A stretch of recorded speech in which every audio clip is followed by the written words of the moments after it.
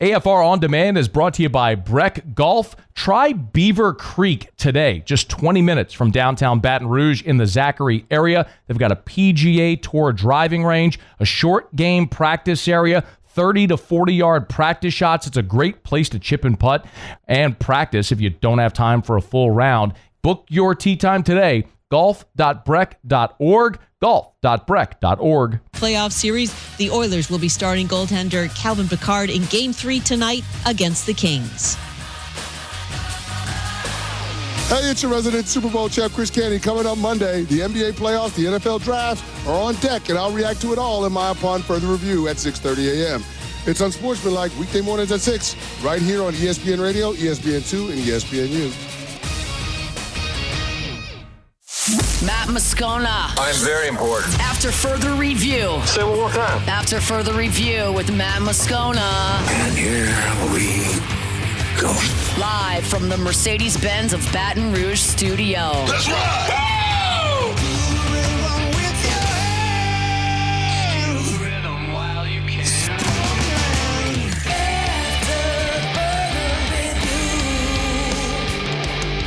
Hour 2, off we go. Welcome aboard. Glad you're with us. AFR presented by Don Juan Cigar Bar. We're here at the Zurich Classic in New Orleans. 17 green at the Walk-Ons tent. Big shout out to Brandon Landry and the gang over at Walk-Ons for having us. This has really become the spot to be. Par 3 17, we are smack dab between the par 3 17 green and the 18 par 5 tee box. So all the golfers walk right through this walkway with people on both sides as they come through. And Rory McIlroy, Masters champion, set to walk through within the next half hour. They're expecting, I'm sure we'll see the gallery following him here. But what an awesome day. Great weather, beautiful weather, and a great time. So thanks for hanging out with us here from the Zurich. We got a ton to do. Just to quickly set the stage, Steve Worthy, president of the Fore Kids Foundation, is going to be here bottom of the hour. We'll talk some golf. In 15 minutes, we're headed to Austin, Texas. Erin Hogan from ESPN Austin is going to be with us. Want to get some perspective on Kelvin Banks, the Saints' #1 draft pick, from someone who watched every snap he took at the University of Texas. Again, that's in 15 minutes from right now. All right, every Friday, Theriot is with us, but he's back home not only because we're at Zurich, but also because the 2000 National Championship baseball team, proof all these dudes are really old, their 25-year reunion. Holy crap, 25 years. Mr. The Riot, how are you? What's going on, buddy? I'm doing great. How are y'all? Hey, give us a rundown. What are y'all doing this weekend? So they got tickets and stuff tonight. They're celebrating the 1975 SEC championship team tonight. And then tomorrow is, so there's a little thing tonight for that. And then tomorrow we've got crawfish boil at 2. And then just a lot of beer drinking. And then I think they're going to present us on the field at for the game, before the game. Heck yeah, they are. Yeah. 25 years, man. Sure, go ahead. 25 years. So, there was a lady who just walked up and took my stool. That's okay. I didn't need it. I'll just stand. She was no, but I'm just on air. The headphones, the headset mic didn't give it away or anything. I'm trying to think of a different way to ask it. We say, like, does it feel like 25 years? But, like, when you hear it's 25 years, like, no, it doesn't. Yeah, what resonates there? Bro, that, to me, like, when I hear 25 years, I'm like, those dudes are old. Like you said, like, it does not seem like 25 years ago. 25 years seems like a long time. I was thinking earlier today, like, you know, when that was happening, where did I think I was going to be in 25 years? You know what I mean? Like, those thoughts always cross my mind. I'm always thinking about, like, the future and what the future looks like. I have a problem with living in the present sometimes. And it just seems like yesterday, man. It does not seem like 25 years. I still keep in touch with a lot of those fellas. I'm excited to see some of them that are going to be in town that I haven't seen in a while. And so, yeah, man, it's just a really cool thing. It's a cool thing, and so I'm excited about it. We got screwed out of the 20-year deal because of COVID. I do remember that. Hey, you know, something? I think we're all guilty of this at times. Like when when time passes, our memory shrinks, and we remember big moments, but we forget nuance. So, like, forever, when people talk about 2000, we're all going to remember Cressy's single and you scoring and throwing your helmet, right?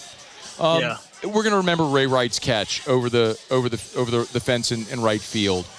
Like, what will, aside from, like, those, like, what do you think about when you think about that College World Series championship? Brian Talent, really that whole year is not talked about nearly enough, I don't believe. He pitched his ass off. I mean, he was really dominant that year for sure. You know, you think about some guys that contributed there in Omaha, Ben Saxon, Hunter Gomez, Trey Hodges, you know, that took the ball and really, I mean, put us in a position to win that championship. And I don't think they're talked about nearly enough. I mean, there was a few arms that really did some great things, man. Jeremy Whitten had a huge home run, you know, to put us where we needed to be. The captain, Blair Barbier, same thing, a huge home run to get us within striking distance in the championship game. And, yeah, man, there were just so many contributors. But I would say, you know, Ben Saxon, Hunter Gomez, Trey Hodges, Brian Talent, you know, those arms really were the catalyst and kind of the, you know, I don't think they're talked about nearly enough. You know, the Ben Saxon piece is so interesting because Ben Saxon started that winner's bracket game against Mark Pryor Right. in Southern Cal and beat him. I mean, it's almost unthinkable to say it that way. You know, over the years, you and I have talked a lot about that team, and one of the things that we're probably all guilty of is, like, when we think of the most talented teams, we probably forget about, like, how many big leaguers were on that LSU team. But it also felt, man, like when you ran up against Texas and Southern Cal and even UCLA in the Supers, that y'all kind of felt like y'all were the underdog talent-wise. Like, did Skip talk to y'all about that? I mean, was that he's a master motivator, but, like, what did he use in that postseason run? I mean, man, we got really hot there at the end with the SEC tournament and then all the way through. Honestly, we never really felt like underdogs. There was a chip on our shoulders that year. And quite honestly, there was a chip on every one of Skip's shoulders. You know, not from a we're underdog standpoint, but we're so much better than the other team. And if we can't beat them on the field, then we're gonna fight them in the parking lot and beat them there. Like, we're gonna win something today. You know, like, he just instilled that confidence in us. And yeah, I mean, there were some big names. You talk about that UCLA team, you know, Chase Utley, and I mean, there was some big names that we did play up against and beat. But, you know, what's forgotten on that 2000 team is there was big leaguers that we didn't even mention, that Ryan Jorgensen's of the world, who played in the major leagues, Shane Newman, you know, who had a hell of a career, Jason Scobie, who played in the major leagues. You know, these aren't guys that when you think about, you say, oh, big leaguer, you know. You're right, man. That team was absolutely loaded with guys that continued to get better and better as their careers went on. And, yeah, man, it was a special group for sure. Theriot, Fontenot, Brad Haupt obviously had the monster home run off of Pryor in that game against Southern Cal. I mean, it was a team that we probably didn't even realize at the time just how really, truly talented and gifted it was. And with Skip's fifth and final national championship, the 2000 team is going to be honored on Saturday, the 25th anniversary of that national championship. I know you've told the story plenty, but you know, it's all you've done this with me long enough to where I think you probably realize every year that you and I continue doing this, there's new people, younger people who maybe are hearing you and hearing these stories for the first time. Brother, 25 years ago, man, if someone's in college right now at LSU, they weren't alive when you all won the championship. So give us the play-by-play of your at-bat in the ninth and then Cressy knocking you in. Yeah, man, it was a seesaw back-and-forth game. You know, quite honestly, I think had Stanford kept in their starter, you know, we wouldn't be talking about us being the champions. I mean, the guy was dominating us. Their stupid-ass coach took him out. Brought in another first-rounder who we ended up getting to. But, my at bat there in the ninth inning, I had faked a bunt early on in the game to kind of draw in the third baseman and move the infield around a little bit. I wasn't going to bunt. Skip hated bunting. Smart man. But the ninth inning came up, and that third baseman reacted accordingly. He probably moved up 3 or 4 steps, man, and I just snuck a ground ball through the infield. Had he been playing normal depth, I think he probably catches it and makes the play. But then, was able to advance to second base, and Brad had really struggled, that tournament. He was starting to break out of it a little bit, but, truthfully, one of the most feared college hitters, I think, in the history of college baseball. And is bound to come out of it. And Brad tells the story that Skip pulled him aside and said, hey, hit the ball the other way, stay inside it. And, lo and behold, he yanked one to left field. It does the exact opposite. And so, I'm rounding third or getting close to third base to try to score the winning run. And Bill Daly, who's, one of my dear friends, is a third base coach. And Bill's kind of got this deer in the headlights look in his face. I'm looking at him for him to tell me what to do. And he's just kind of like nothing. So I said, screw it, I'm gone. And, was able to slide and fired my helmet, in the stands. I'd watched Armando Rios do that, thousands of times. And then the celebration ensued. It was truly a dream come true, and what a blessing and gift to be able to bring that championship back to Baton Rouge, Louisiana, and for the LSU Tigers. That's a dream for any kid that grows up here in Baton Rouge to wear the purple and gold, number one, number two, be a part of the legacy that's LSU baseball. Theriot was 1 for 5 that day.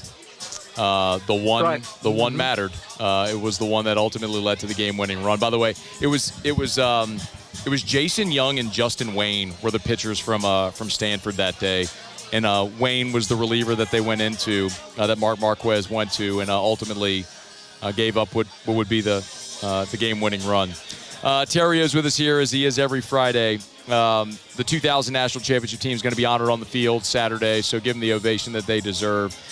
Hey, by the way, Parrish Construction and Roofing, 47 minutes left if you want to win 10 Jeepers. 47 minutes left. Go to parrishbuilt.com. By the way, this is all your money we're giving away. I'm not giving up any for it. It's yours. Guys, we're giving away $10,000. We gave away $5,000 last month.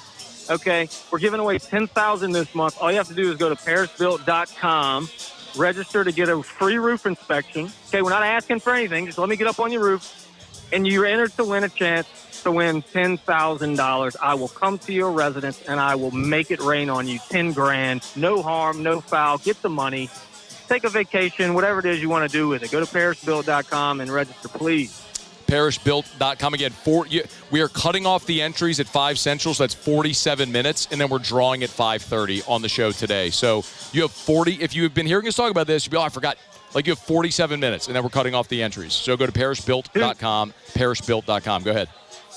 I noticed my guy Mike Papirski registered a little while ago. Pap wants the 10 grand. Let's go, Pap. Pap wants the 10 grand. Oh, Pap. Pap. Hey, before you go, your 2000 National Championship team also got swept by Houston. Y'all had, like every baseball team has moments. This LSU baseball team had a pretty low moment on Tuesday, getting run-ruled by Northwestern State. What do you think about this weekend with Tennessee coming in? Yeah, look, it's been a low week, right? I mean, I think last weekend and then this midweek series, and that's okay. I mean, that happens throughout the year. You hit the nail on the head. Southern beat us at home, dogpiled on our mound. Yep. It's baseball. What people don't understand, and I wanted to talk about that a little bit. Thank you for giving me the opportunity. Is the game of baseball is like no other. There's so many variables that go into the game that affect whether a team's going to win or lose. And this adversity that this team's figuring out right now is extremely important. Now, I'm not downplaying the importance of this series either. I think if you want a national seed, and if you want to be one of those 7 that has that opportunity, this weekend is big. You can right the ship real fast with 2 out of 3 from Tennessee at home. And I firmly believe these guys will do that. It's a very talented team, and no, I think it was good that it happened when it did. I'd much rather lose those games now than lose them later on in the year. All right, Mr. The Riot, enjoy the weekend, man. I know you and the boys deserve it. Have a great time together. To those that I know, tell them I said hello, and y'all enjoy the time, man. We'll talk to you later. All right, buddy. Thank you. See ya. That's Mr. The Right, Ryan Theriot. We're here at the Zurich Classic in New Orleans. Well, now I got a quick break. When we come back, we got a ton to do. When we come back, we're going to head over to Austin. Our buddy Erin Hogan covers Longhorns. He does mornings, on ESPN 102.7 there in Austin. And I want to get some thoughts on Kelvin Banks, guy who saw every snap of the New Orleans Saints first-round picks career. We'll talk to Erin Hogan from ESPN Austin when we come back. It's a Friday edition of AFR presented by Don Juan Cigar Bar. We are here at the Zurich Classic. Stick around here on AFR. AFR. Y'all want to take 60 seconds, just 60 seconds, and implore you to call Duplessis Builders. You've been on the fence. You've been thinking about a pool. Can I afford it? Do I want to do it? Who do I call? Got to get quotes. Who's going to do it? Right, listen. First of all, you can go to Instagram and look up a lot of pool builders. And a lot of people have really pretty pictures on their Instagram of pools. That's a fact. There's a lot of companies that have pretty pictures of pools. Duplessis is one of them, but they're one of many. When you're picking a pool builder, what really matters, and if you know someone who has built a pool at their home, you probably know someone that can tell you horror stories of that process. With Duplessis Builders, you don't have to worry about that. You're going to get the exceptional quality. It's why they offer a 10-year workmanship warranty.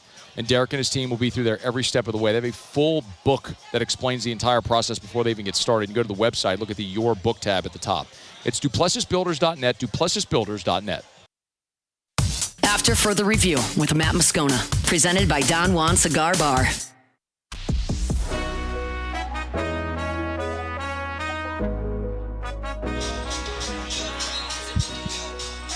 Saints win offensive line in round one. Again, man, they got a good player. Kelvin Banks, 3-year starter left tackle at the University of Texas, a guy who saw every single snap of his career. Is our buddy Erin Hogan from 102.7 ESPN there in Austin. Erin's good enough to join us now. Hey, man, thanks for the time. How are you? Hey, Matt, good to talk to you. And, I think you did get a good player. The Saints fans got a good player last night. Yeah, man, give me just a big picture perspective. When I say Kelvin Banks, what stands out? Just maturity. Walked in here as an 18-year-old, as a true freshman, 5-star kid from North Houston, and started every game. Humble, quiet, hard worker. His freshman year, Matt, he, as a true freshman, was thrown in the fire because they needed a left tackle. And I believe in that first year, he went up against 4 guys who were drafted in the first round in that draft that April.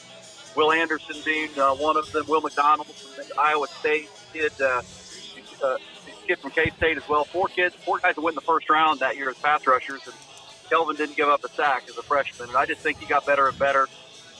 He can get more physical, but he just turned 21 years old, and that guy's going to, show up, go to work, and be a really, really good football player for the Saints for a long time, I think. Yeah, it's a great point. He just turned 21 last month in March. So still a young guy with a ton of experience. One of the big questions here, Aaron, is where does he play? The Saints drafted Tali Fuanga last year, played left tackle. Is this a thing where maybe Kelvin could play right tackle or guard? I mean, is he versatile enough to where it could look like something he could cross-train? I would think he could. I know Steve Sarkisian believes he's a left tackle in the National Football League. Because as you just said, he's only 21. I think he's going to get more physical, stronger even. And the feet is what it's all about. I mean, his footwork is incredible. He doesn't get knocked off the ball, off his feet much. So he stays with his blocks, which is the key when you're up against these great pass rushers in the NFL. I think he can be a left tackle. And Fuaga, you could, put Kelvin at right tackle, I would imagine, too, for a little bit if you needed to. I just think he gives you a guy that is as solid as it comes. Also, he dealt with a lot of issues with his family while he was in Texas for a short amount of time.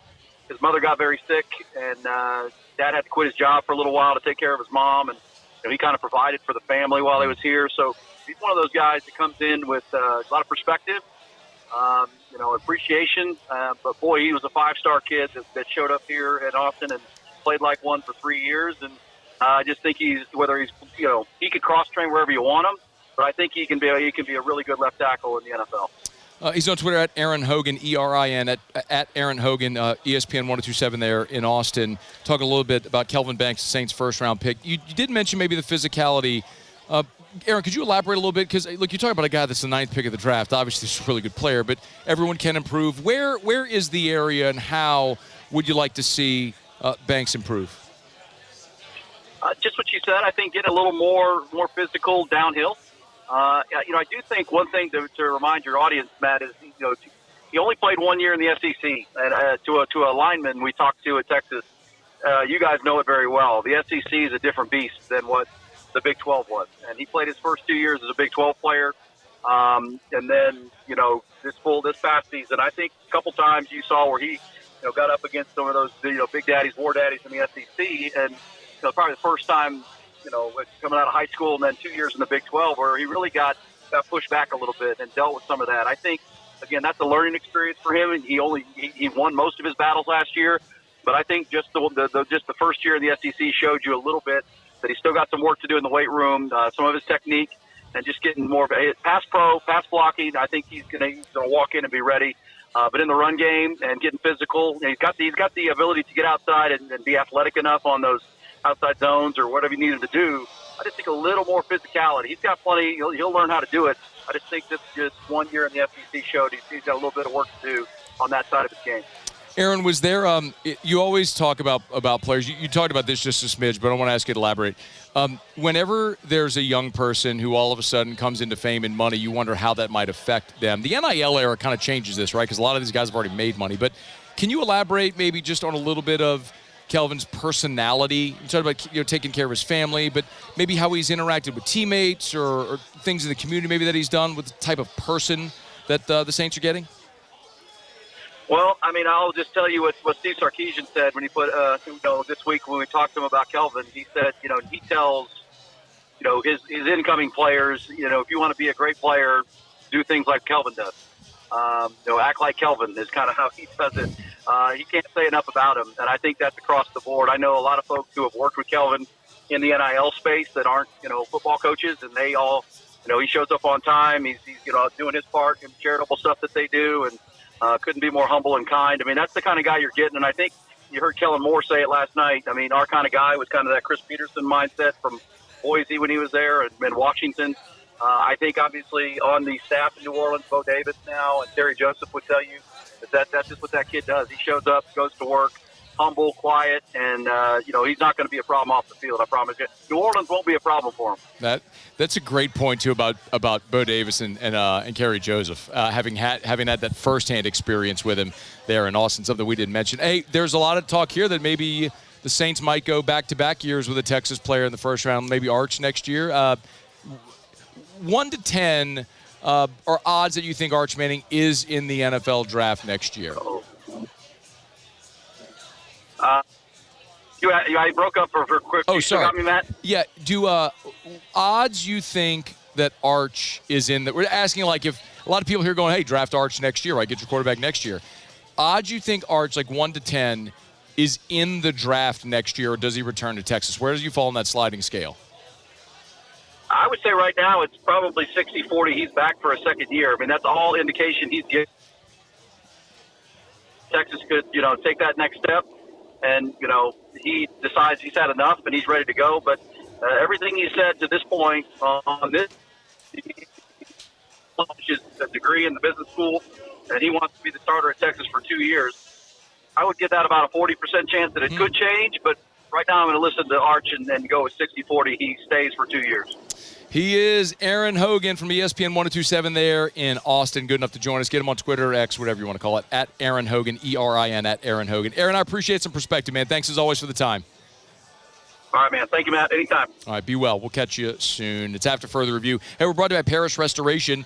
Go to parishrestoration.com, parishrestoration.com. Kill mold, remove odor, other harmful pathogens. Honest to goodness, true story. We did the show last night at Don Juan Cigar Bar. I left all of the equipment that was in the smoky bar in my car. My car now smells like a cigar. I'm probably going to get Parrish to dry fog my car this week to get it smelling fresh again. If it's your car, if it's your home, if it's your office building, they've dry fogged one of the largest commercial buildings in the entire state of Louisiana. Kill mold, remove odor. It's affordable. It's cost effective. It's more efficient. It's Parrish Restoration. Go to parrishrestoration.com. Parrishrestoration.com. All right, y'all. It is After Further Review. We're rolling along here from the walk-ons tent at 17th Green and the 18th fairway. I think, is this Rory coming through? Yep. All right, so Rory's just about to walk through, and Steve Worthy's good. This is a perfect time. We'll have the executive director of this whole thing join us in a second, right as Rory's walking through. It's After Further Review. Let me knock out a... yeah, all right. This is the thing that we're all waiting for, right? Everybody's waiting for Rory to... Bo, get a camera and record him walking through here. While they play... No, not... Well, I guess you can put that on. Yeah, go ahead. Turn the camera. That's fine, Bo, if you want to. If you can get it. All right, hang on. If you're watching on YouTube, Bo's going to turn the camera. He's coming up the stairs. I don't know if you're going to get it, dude. Let's see. All right. And there's Rory. There he is. Hey. Greatest 5 seconds of the day. Yeah! All right, y'all. Let me knock out a quick break. We'll come back. Bo. I need my clock. Thank you. All right. We're losing our minds here. We'll grab a break. It's AFR. AFR. Hey, let me take 60 seconds to remind you about Rouse's, the official supermarket of the New Orleans Saints. Rouse's.com, Rouse's.com. I'll tell you, Rory walks by for 5 seconds and we completely lose our minds. We drop the clock, we lose the camera, everything's gone. Anyway, Rouse's, the official supermarket of the New Orleans Saints. Weekend is upon us. Whatever you got going on this weekend, throwing something on the grill, you're making groceries with your mom and them. By the way, you're cutting off half my head with this shot right now.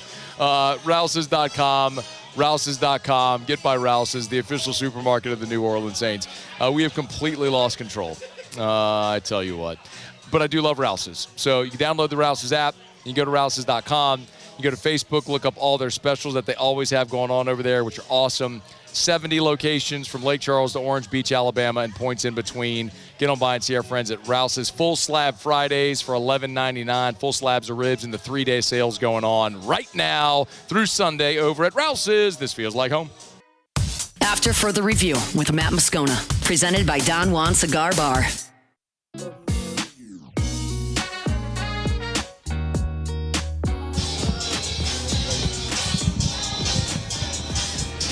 All right, you've got 26 minutes to enter to win $10,000 from Parrish Construction and Roofing. 26 minutes. 5 o'clock is the cutoff. We're drawing in 56 minutes from right now. Go to parrishbuilt.com. Parrishbuilt.com. The link's on the homepage. Free, no obligation roofing inspection. Sign up. You're entered to win 10 grand. Go to parrishbuilt.com. Again, we cut off entries in 26 minutes. Parrishbuilt.com. It's always our pleasure to come here to the Zurich Classic every year. Spend this Friday here at the Walk-Ons tent. And we always get about 10 minutes to visit with Steve Worthy, who's the executive director and puts on this whole thing. And, of course, does great work with the Fore Kids Foundation. Sir, it's always our pleasure. Thank you for the time. Absolutely. I know this can't be an easy thing for you to take 10 minutes to come visit with us because you're running a gigantic event. So we do appreciate you making time. First of all, how's the golf? How's it going today on the course? It's well. Yeah, it's interesting to me over the last several years, alternate shot has gotten better. Guys have gone lower and lower. We've seen Rory and Shane making a run today. Things are good. Golf course is in great shape. The players love it, and a lot of good golf going on. Coming in today, kind of the report was maybe the weather conditions in the afternoon was going to we're going to see a few higher scores today, and then obviously with alternate shot as well. And the European players play alternate shot more, so they tend to do better in this format on Friday, right? No question. Yeah. We've had a little more wind. We've avoided rain, which has been wonderful. Yeah. But, a lot of Europeans have played well all year, and they certainly seem to excel in this format. So seen some of that today. How did Brian Kelly and Garrett Nussmeier shoot earlier this week? They were tied going into the last hole, and Thomas Morstead made a long putt on the last hole to pick their pocket, or they would have won. You mean to tell me BK and Nuss get around the course a little bit? They find time to go play 18? Coach can hit some pretty good shots. Okay. Garrett is playing, and he did well. It was a lot of fun. Yeah, I asked BK last year at SEC Media Days how much golf he got to play. He's like, not as much last year. Maybe some work to do, but we'll see. This is obviously such an awesome weekend. You mentioned the weather's great. And Steve, last year on Saturday of the tournament, you set the single day, the attendance record last year. How are we looking? Because today feels pretty massive as well. How are we looking as far as attendance from a year ago? I was just calculating before I came out here. I think we may come up a hair short of last year's record on Saturday, but still hope that we're going to break it tomorrow or Sunday. Yeah, so the attendance record was set the single day attendance was last year on Saturday. So here on Friday, close, but tomorrow maybe might surpass it. This is one of the great things about coming here is we also recognize that, the Zurich Classic is the single biggest fundraiser, as you always say, for the Fore Kids Foundation. But before I go any further, if you would, just take a quick moment and explain to people who this might be the only exposure of the year they get to the Fore Kids Foundation, what you do. Sure. I mean, we're the host organization that runs the tournament. We've got about 300 members, a lot of probably 30, 35 in Baton Rouge, spread throughout the state. They're out here working these venues. They sell the tournament throughout the year. They dedicate a lot of time and effort and take great pride in the fact that we're raising money for children's charities. $3.3 million last year was a record.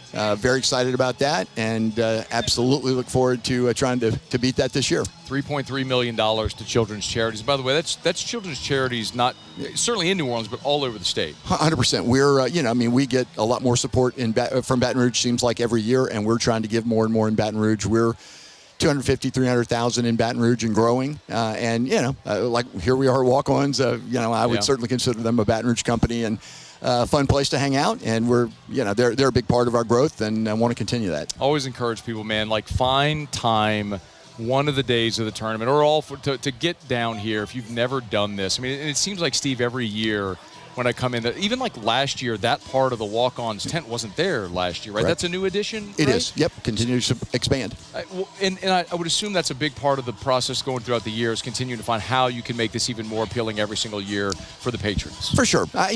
People who are hardcore golf fans want to come out and see Rory and Shane and all the best golfers in the world, but we try to make sure we've got something for everybody. Tomorrow night and Sunday night we'll have bands. Obviously, Rory got on stage and famously sung last year, which was fun. It was awesome. We've got, from a food and beverage standpoint, that's what we're known throughout the PGA Tour for.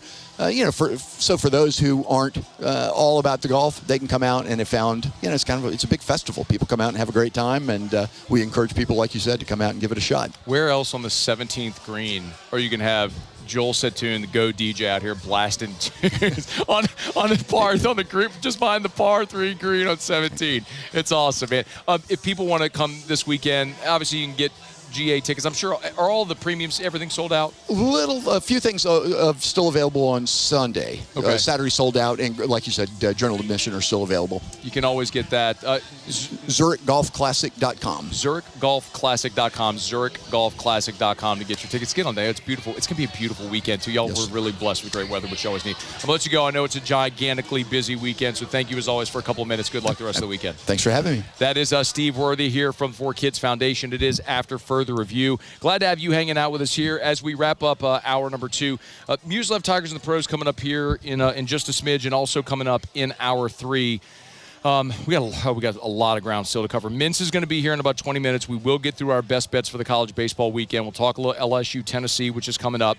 And Ross Jackson is going to join us in hour 3 as well. By the way, for everyone that was surprised about the Kelvin Jackson pick, and look, I was in that number. He had the third best odds, but all the conversation yesterday became Dart Michael Williams. Ross Jackson, in his final mock draft at LouisianaSports.net that he filed on Thursday morning that we published, he had the Saints taking Kelvin Banks. And he and I were chatting, and apparently he got some good info there just in advance of the draft and went with it, and he was right. So we'll see what Ross – and I was chatting with Ross earlier today. I know he's got a piece up at LouisianaSports.net. But he kind of has we're going to talk quarterbacks. We're going to talk quarterbacks with Ross, because I think he's got an interesting perspective on what might or might not happen actually with quarterbacks in this draft. All right, it is After Further Review. We're here at the Walk-Ons tent, of course, which Brandon Landry, we all know, famously founded and owned Walk-Ons. But Brandon also and Mackenzie Landry founded and owned Supper Club, been great partners of ours. And fired up, man. This was a really cool piece that was in The Advocate today from Chelsea Shannon. 8 Louisiana restaurants that deserve a spot on the Michigan Guide. That's according to the readers of the Michelin Guide. And among the restaurants that they listed that deserve a spot on that prestigious list, Supper Club in Baton Rouge. It is exceptional every time you go in. Two things to remind you about, like right now in the immediacy. Number one, the stone crabs. If you love stone crabs, you want to try them. They are as fresh as can come. At Supper Club, they buy directly from the fishermen. There's no middleman. So, like, the stone crabs are in the water yesterday. They're at Supper Club today. And stone crab season ends, I didn't even realize this, but it ends May 1st. So, I mean, you're talking you got 5 days. If you want stone crabs, you got 5 more days. Like, that's it. And then you can't get them again until October 15th when season opens up again. So if you love stone crabs, get to Supper Club. You got 5 more days before you can't get them for 6 months. Then also, Chef Layton was telling me earlier this week, they got a cow from Sagrera in this week. He said it's the best one they've gotten so far, which they're all amazing. But, you know, the way that they grade meat and grade beef, from the USDA grading scale, a 3 to 6% is select. That's like what you'll get at Outback or Winn-Dixie. You know, the 6 to 9% is choice. 9% and above is prime. That's the marbling. The cow that they got this week from Sagrera is 14%. They don't even have like a grading scale for it. It's like if you look at the Hall of Fame and you go, well, like Babe Ruth and Jeff Bagwell are both in the Hall of Fame. Like, this is the Babe Ruth cow. So you want to try it. They got it in at Supper Club, raised locally in Ethel, 100% Black Angus. Get on by and see our friends over at Supper Club. Get your reservation at supperclubbtr.com, supperclubbtr.com, supperclubbtr.com. Okay, y'all, it is After Further Review. Friday show is brought to you by Don Juan Cigar Bar in Town Center. Thanks for hanging out with us here. Still got a ton to do as we roll throughout the day. Remember, you can always email us, tweet us, or text us in the 225-396-4400, 396-4400, 396-4400. There's a lot of people are asking about the Shedeur Sanders situation and him going undrafted. By the way, Booger McFarland was on SportsCenter and talked about the decision that Shedeur did not get drafted. Here's what Booger said about why Shedeur didn't go round 1. It's amazing how the NFL views these quarterbacks. If you can't do the wild things anymore, if you can't throw the off-platform throws, if you can't throw the football 70 yards down the field, they don't necessarily view you maybe as a first-round quarterback. I think that's what the NFL says. I disagree. I think Shedeur Sanders should have gone in the first round. He does the things that a quarterback needs to do, and he does them well. Makes really good decisions, throws the football accurately, has good timing. I think he should have been a first-round pick, but I think the NFL is telling us they want wild things like they did with Cam Ward with their first-round quarterbacks, and they're saying Shedeur Sanders just doesn't do that for them. But for whatever it's worth, there was a report today from Lindsay Theriot at ESPN who said in her reporting with the New Orleans Saints, she said, I'm reading this quote directly, "No, I do not expect for the Saints, based on conversations I'm having right now, to select Shedeur Sanders." So the Saints have a pick at 40, and effectively this is saying that if Shedeur is still on the board at 40, she does not expect the Saints to take Shedeur Sanders. There's still the possibility, obviously, the Saints could move up from 40 to take a quarterback, although some of the scuttle that we're hearing from Ross and other people is that maybe the Saints aren't in line to select a quarterback. Kellen Moore, after round 1, when they selected Kelvin Banks, was asked about the quarterback, and he mentioned sort of like the flexibility, the different options they have in selecting a quarterback in this draft. Yeah, quarterbacks come from a lot of different avenues as you go through this process. Certainly, being around Jalen was a second-round pick, Dak was a fourth. Justin, he was a first-round high pick. But there's a lot of flexibility within that. You want to create an environment that allows these guys to be successful. That's important as you go through this. And so, certainly we feel like these guys that are here, that have been a part of this thing, we feel good about that room. What they elect to do is going to be fascinating because the general feeling has been, and let me not even say general feeling. Mickey Loomis on Wednesday was asked if there was a feeling like Kellen Moore needed to go get his guy, and his one-word answer was absolutely. Then he gave some context behind it, but he very quickly said absolutely. So if you're going to be down Derek Carr, you were already looking at a quarterback anyway. Got to add somebody somewhere. The prevailing wisdom is it's in this draft. What we don't know is who do they like among the quarterbacks and where do they value them? That's something we'll probably find out here over the next 6 or 7 hours or so as we move through day 2 of the NFL draft. All right, our Friday shows are brought to you by Don Juan Cigar Bar. 15 minutes. You've got now 3, 2, 1. 14 minutes left to enter our Parish Construction Roofing $10,000 giveaway. Go to parishbuilt.com, parishbuilt.com. Fill out the form on the homepage. You're automatically entered to win to win $10,000 cash. Just sign up for free, no obligation roofing inspection. Entries cut off at 5 Central. We'll draw at 5:30. So you got 14 minutes left. Go to parishbuilt.com. That's parishbuilt.com. Okay, y'all. I got a quick break. We'll come back, wrap up hour number 2. Musso will have Tigers in the pros, and then Mincy's with us in about 15 minutes. We'll give you picks on LSU, Tennessee, and the rest of the baseball weekend. Don't you move here. It's AFR. After further review. Get Gordon and get it done. Gordon McKernan, injury attorney. Speaking of deadlines, midnight tonight, actually 11:59, is the deadline for graduating high school seniors to enter to win one of 15 free MacBook laptops. So Gordon does this every year. It's his Gordon's Grads program. So go to gordonsgrads.com, gordonsgrads.com, gordonsgrads.com, and you can get all the deets about how you can enter. It's a short essay or a video. It's how you can enter. Again, you can get all the rules and how you can enter. But 15 graduating Louisiana high school seniors are going to win a free MacBook laptop courtesy of Gordon McKernan Injury Attorneys. Again, the cutoff to enter, the entry cutoff is tonight at 11:59 p.m. Central Time. So go to the website, gordonsgrads.com, to get all the info, gordonsgrads.com. As we always say, you've been injured in an accident. It's not your fault. You know what to do. Go to getgordon.com, getgordon.com, get Gordon, and get it done. After further review with Matt Moscona, presented by Don Juan Cigar Bar.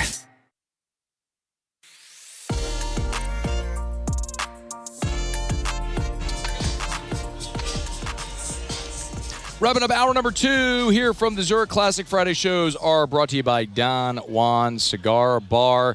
Here we go. Musso, Tigers in the pros. Tigers in the pros. They still bleed purple and gold. They're just really rich now. All right, we'll start with minor league baseball again here today. Tommy White, he's starting to heat up for the Lansing Lugnuts. 2 for 5 in his game a night ago. One of the 2 was a double. That's his 7th on the season. The average has climbed all the way up to 284 so far for Tommy Tanks. We'll continue to keep you updated as he rolls through his first full season in professional baseball. Trey Morgan, of course, remember, started the season now in AAA. Part of a doubleheader a night ago for the Durham Bulls. 1 out of 4 at the top of the order. It was a double. He drove in 2 and would come around to score. Bit of a slower start for him. He did suffer an injury late in spring training that delayed the start to the season. So he's off to a 250 start. But Morgan, one of the ones we're keeping an eye on that could very well make his major league debut at some point this season for the Tampa Bay Rays. Alex Bregman, another really, really good day for the Red Sox on Thursday. 2 for 3. Drove in 2 out of the 3 runs that Boston scored. One was a solo homer that started the scoring, and then he also had an RBI single later in the ball game as well. He's hitting .320 and has just been a force in the 3-hole for Boston so far. Jaden Hill was on the bump for the Rockies in Game 2 of a doubleheader against the Royals. He pitched an inning and a third, shutout baseball, did not allow a hit. The only two batters, I should say, that reached against him did via walk, and he punched out 4 in the ball game. A 3.86 ERA. Now that he's got the call up back to the big squad, and hopefully he doesn't get sent back down this season. Speaking of guys who have been dealing since they got called up to the major leagues, Cole Henry got the final 6 outs of the ball game for the Nationals against the Orioles on Thursday, and he didn't allow a hit. He didn't allow a run. He punched out 4 and only walked 1. What's even better, though, for Henry is he threw the fastest pitches of the ball game for either team, around 96 and 97 miles per hour they clocked in. And even more than that, he has not allowed an earned run so far since making his major league debut. The ERA is still a sparkling 0 for Cole Henry, really carving out a good role at the back end of that Nationals bullpen. NBA basketball, the playoffs. Ben Simmons, just 9 minutes a night ago off the bench for the Clippers. Didn't score any points, but was effective in the win, +9. 3 rebounds, an assist, and a steal. Also blocked a shot for Ben. NBA action tonight. Naz Reid and the Timberwolves, they face the Lakers. That series, even at 1 game apiece. Naz saw the production dip a little bit in game 2 after turning in a stellar 23-point outing in game number 1. That's Tigers in the Pros. All right, thank you, Moose. Of course, we're presented by Lee Michaels Fine Jewelry, lmfj.com, lmfj.com for Lee Michaels Fine Jewelry. We are inching closer, y'all, to Mother's Day. Gents, don't screw it up. Got gifts for mom, no matter your budget. As a matter of fact, if you go to the website, lmfj.com for Lee Michaels Fine Jewelry, you'll see the Gifts for Mom tab where you can see basically whatever your budget is, whatever price range, awesome gifts for mom. Also, they've got graduation gifts as well. You got the grad on your list. You want to get them maybe a beautiful writing utensil or writing instrument, a necklace, a pendant, rings, bracelets, watches. Great ideas over at Lee Michaels Fine Jewelry. 9 locations. Where we are in New Orleans, 2 locations in Baton Rouge, Lafayette, Shreveport, and online at lmfj.com. lmfj.com for Lee Michaels Fine Jewelry. Okay, y'all, 5 minutes left. You have 5 minutes. 5 minutes to enter to win the $10,000 over at parishbuilt.com. Entries cut off at 5 Central. We'll draw and announce the winner at 5:30. You got 5 minutes to enter. So go to parishbuilt.com. It's not too late. You got 5 minutes to enter. Parishbuilt.com. Parishbuilt.com. Just fill out the form on the homepage to enter to win a free, no obligation roofing inspection. Parishbuilt.com. Cutting off the entries in 4 minutes and 30 seconds from right now. Parishbuilt.com. Okay, SportsCenter's coming up. Get you caught up on national headlines. When we come back, Ben Mintz will be with us in his usual spot. Mintz, Muse, and I will give you our 3 best bets for the college baseball weekend. We'll preview LSU and Tennessee. Stay here. It's AFR. After further review.